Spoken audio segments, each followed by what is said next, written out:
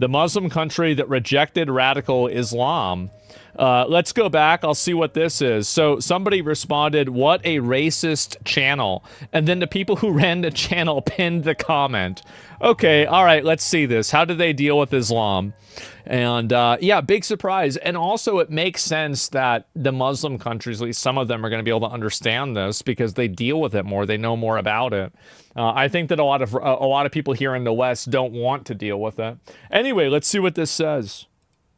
You cannot be Muslim more than me. You will not be more Arab than I. So why is it that I banned the Muslim Brotherhood and you haven't? Istanbul, alhamdulillah.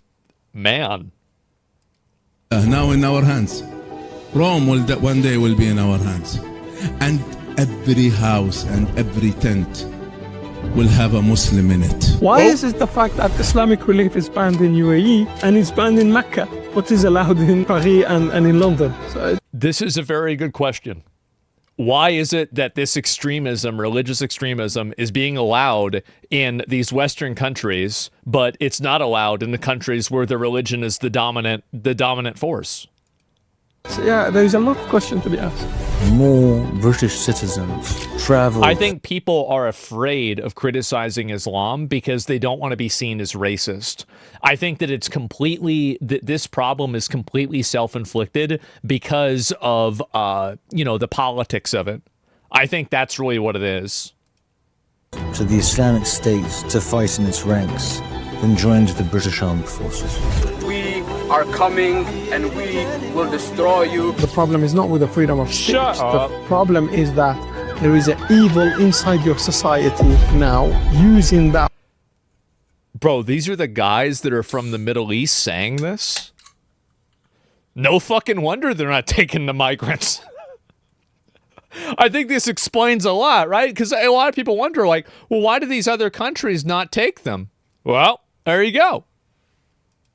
Policy of freedom of speech to abuse it and to destroy your society. My name is Stefan Thompson. I'm the founder of VisaGrad24, and I'm here in the United Arab Emirates in Abu Dhabi. And today I'm with Amjad Taha, an Emirati geopolitical expert and a great advocate of peace. Amjad. Thank you. Thank you for having me. Fantastic to be here with you. Great to see you finally. Finally. Yeah. Amjad, let's start with the differences between Islam here in the United Arab Emirates and the Islam that we see on our TV screens. The Islam of radicalism that we see everywhere. When you say on our TVs, I believe the West is what you mean. And on the West, what we see also, we are very shocked most of the time. You see radical Islamists and Brotherhood who are former terrorists or terrorists themselves, but in the West, they have been named as activists. Those who run... He's straight up calling the activists terrorists. Man. Damn. Okay. Away from justice in their own country. So he just letting them know. Committed a crime, have been involved in various Didn't expect that acts such as rape and beheading and so on. All of those individuals right now, they live in the West as teachers, as lecturers, as doctors, and as protesters. As protesters who protest to glorify the Muslim Brotherhood, the armed forces at least of the Muslim Brotherhood, as we see after the 7th of October, by that time in Hamas. They glorify terrorism and all form of terrorism.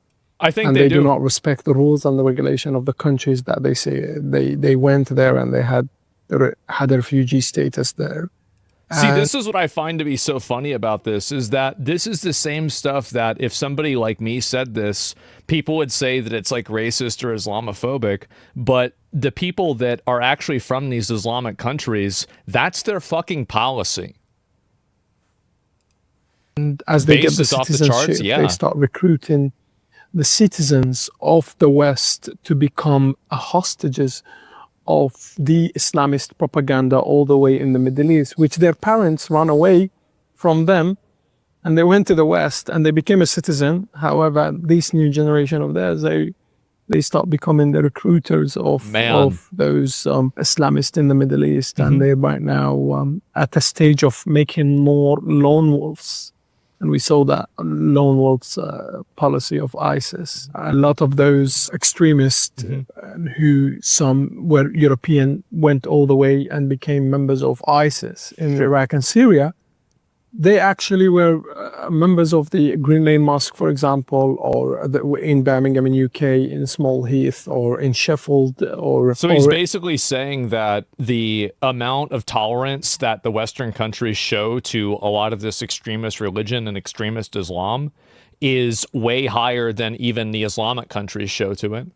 And I think that's probably true. Like a lot of extremist religion, like I don't have a problem with religion. I think religion's fine. But I think that whenever your religion is telling you that you have to like conquer people and kill people and do this stuff, and you're preaching that, I don't think that that's something that is protected speech, really. Whenever you're advocating for violence on a mass level like that, this isn't something like, obviously, like just because your holy book says this doesn't just automatically give you a free reign to say whatever you want. So yeah, that's why the problem. That's why the extremists leave those countries. Yeah, exactly. That's why they're in Europe. It's because they get kicked out of the countries that are the Muslim countries because they don't want to fucking deal with them. So yeah, it's that simple.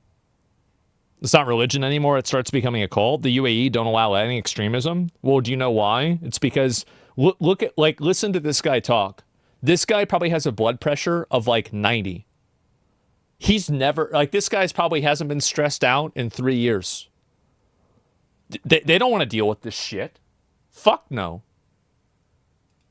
In West Sydney, Australia, it's upsetting. Or in Canada. So they were part of that civilized culture and that civilization, great civilization in the West. However, because of the scholars that Britain, Canada, or Australia, or any other country, ignoring or ignorance of the fact that this scholar is recruiting and is not speaking about religion, is actually using the space and the place in the West and the freedom of speech to make these children or these students or these people in the West to become the hostage of the Islamist, and then later on to become the soldier that kills his own neighbor.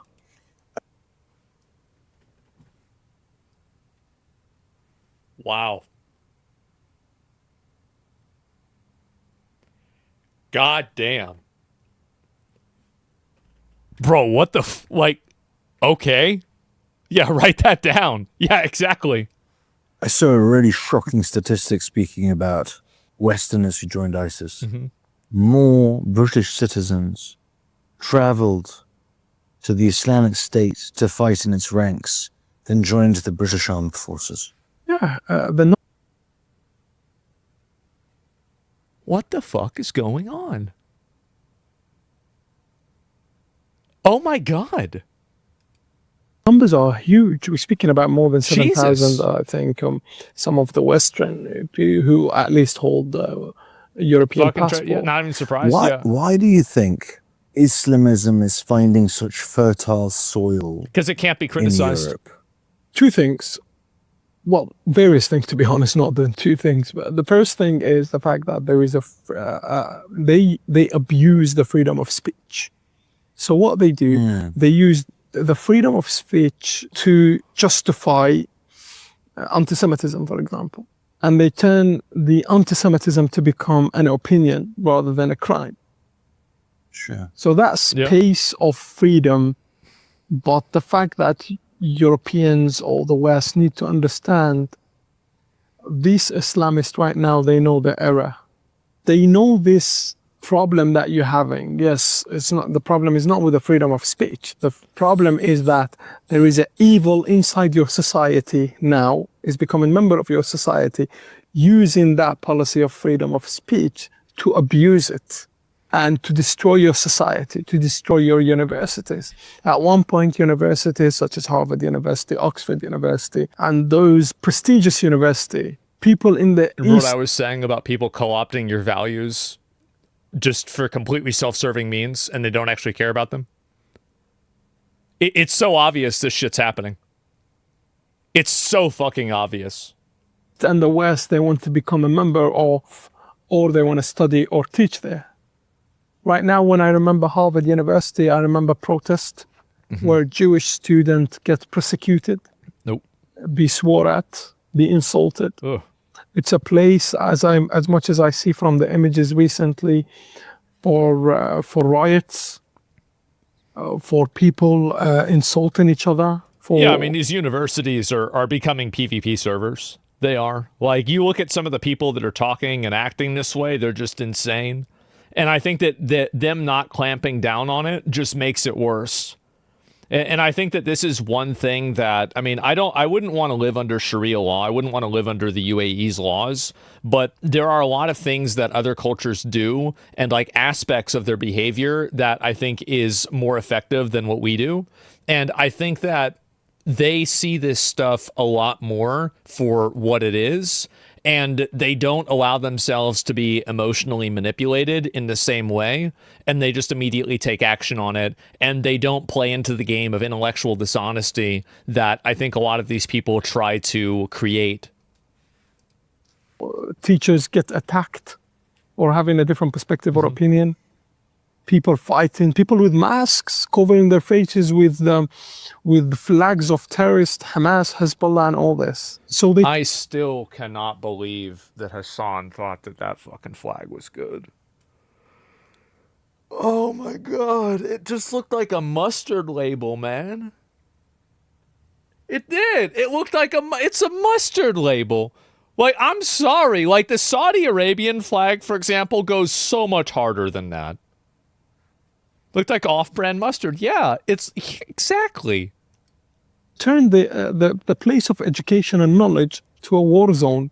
When that happens, your civilization is either going down, or it's breaking, and it's breaking under your observation. You're allowing right. it to happen. You can put rules and regulation. Yeah. Deport those Islamists. Do not let them harm your children. Do not let them harm your society, your community. Isn't it crazy that if somebody from the West said this, people would be spamming and calling him a racist? See, like, we really should look at guys like this can really help us, I think, get to the next level, because they hack the logic and the value system that a lot of these annoying, obnoxious Karens exist inside of. So in order to understand the logic, a Karen logic, the entire Karen philosophy is based off of intersectionality, where the person who is the most oppressed is the most right and has the most permissive behaviors. So most behaviors that are permissible. I guess that might be a better way to say it. So what I mean by that is that really criticizing these people as a Westerner, as a white person, they will not ever listen to it, and they will write it off as, oh, it's racism, oh, it's just like you're afraid of another culture. But bringing on guys like this that understand it better than any of the Karens do because they live it, that actually, I think that subverts their value system, and it makes them have to argue and look at the substance of what's being discussed rather than just disregard it categorically. And I think that guys like this can really help us. Not let them be the people who wake up on the 8th of October, for example, and tell you to boycott challah, attack a Jewish restaurant just for being a Jew. Yeah. And they justify it and they allow it. Don't be.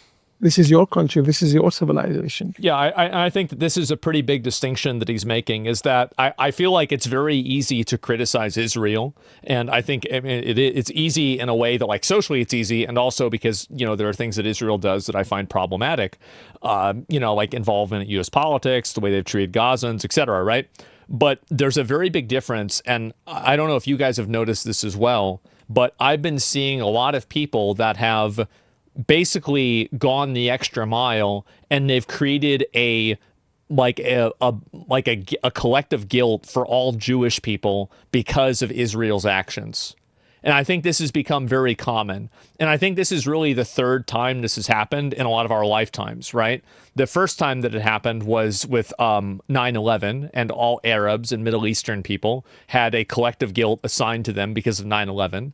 And then in a much lesser extent, but still observable, it was happened with all Asians and primarily Chinese people, with collective guilt being assigned to them for COVID. And I'm sure that maybe Germans had this happen after World War II, but now we're seeing it again now, where Jews are being assigned a collective guilt because of the actions of Israel. And I think that all three of these instances are fundamentally dehumanizing. You're taking the actions of a group of people that oftentimes these people aren't even a part of or associated with, and then, blaming them for those actions, and then treating them as if this person supports that. That's the true racism. It is. And so I'm glad that people are acknowledging this. Russians during Cold War, yeah, I'm sure that's what's happening.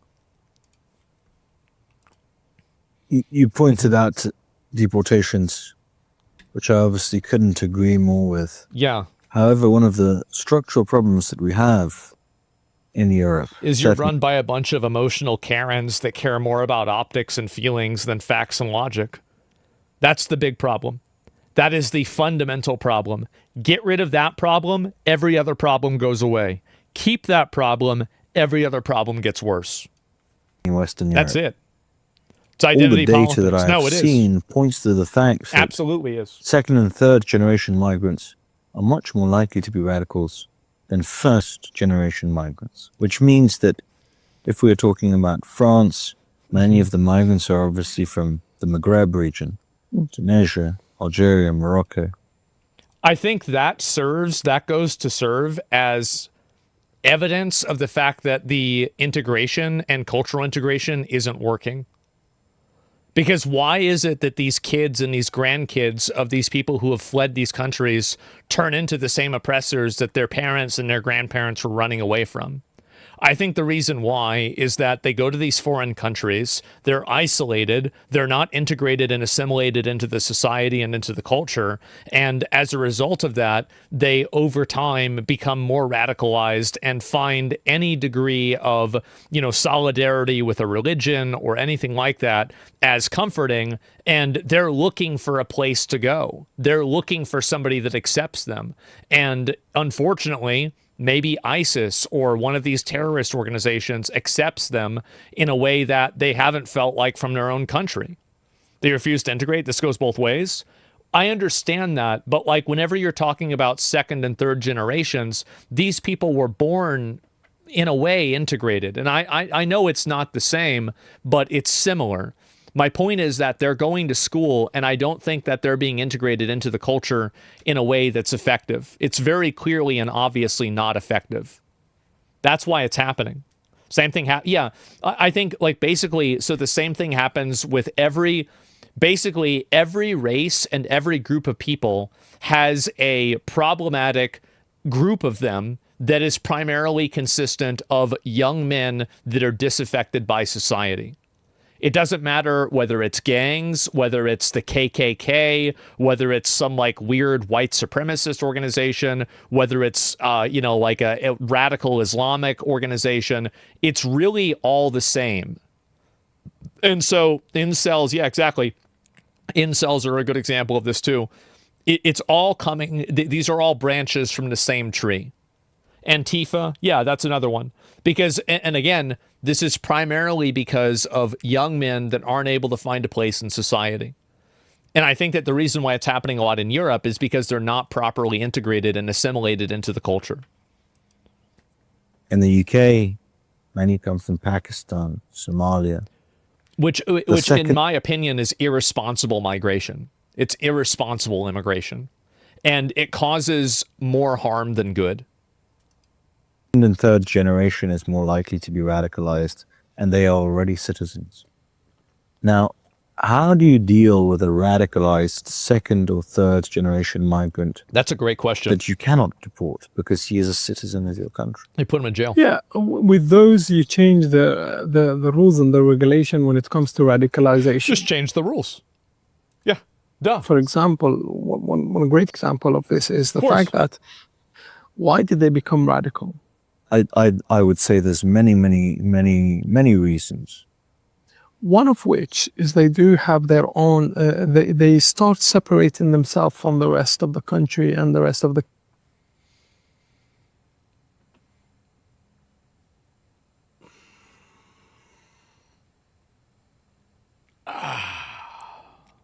How about that? Community. One. Two, they start having those. By the way, this is obvious. You don't need to be a genius to see this. It's obvious. Schools, what we call the jihadi school of Saturday, Sunday, so on weekend. Now, why did the government allow those scholars to be the scholars of those mosques? If the scholar does not support coexistence, peace, prosperity, and tolerance, he should not be that teacher of that new generation. Because what that student goes, or that person when he attends the mosque, is going there for the knowledge, for spirituality, and so on. Now, when you have the scholar himself is the evil, the result of that is that conduct of evil, which the individual himself will carry and do. The change for that is the educational system. So there need to be first look into those mosques, look into the societies, bring them more to close to each other. That they need to have a lot of activities together and so on. And also, why is it the fact that a person that lives in Dubai, a Muslim person from the same background of the person that lives in France or in UK, third, fourth generation here, they're still open mind, they're still Muslim, they're still conservative, yet they're not radical. They're not supporters or glorifiers of terrorists. But a person who is a Muslim... It's so easy, isn't it? It's really not that hard. Them living all the way in France or Britain is more radicalized and is more...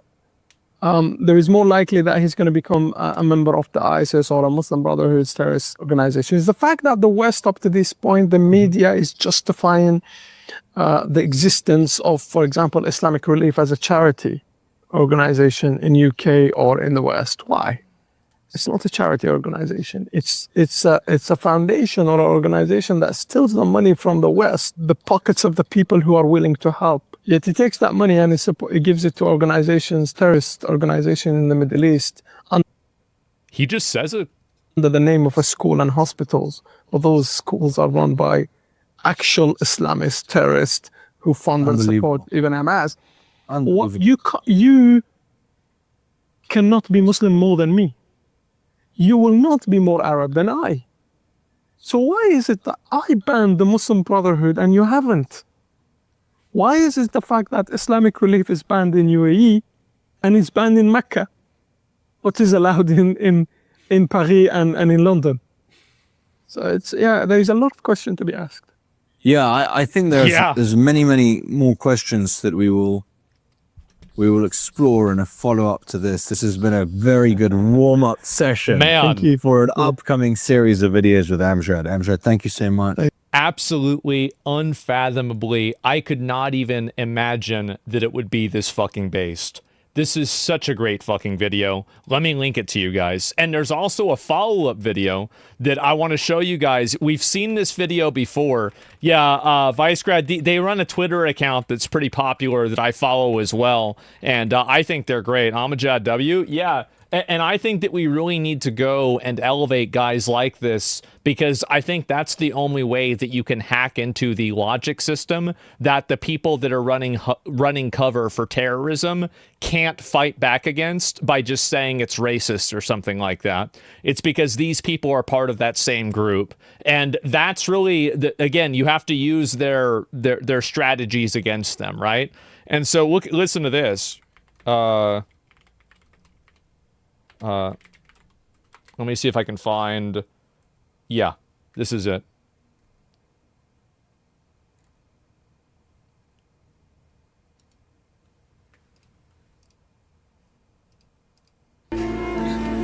And let me say this in English. I'm going to find the one where it's not the music.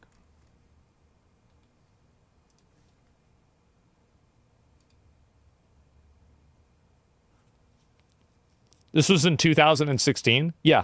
There will come a day that we will see far more radical, extremist and terrorists coming out of Europe because of lack of decision making, trying to be politically correct, or assuming that they know the Middle East and they know Islam and they know the others far better than we do.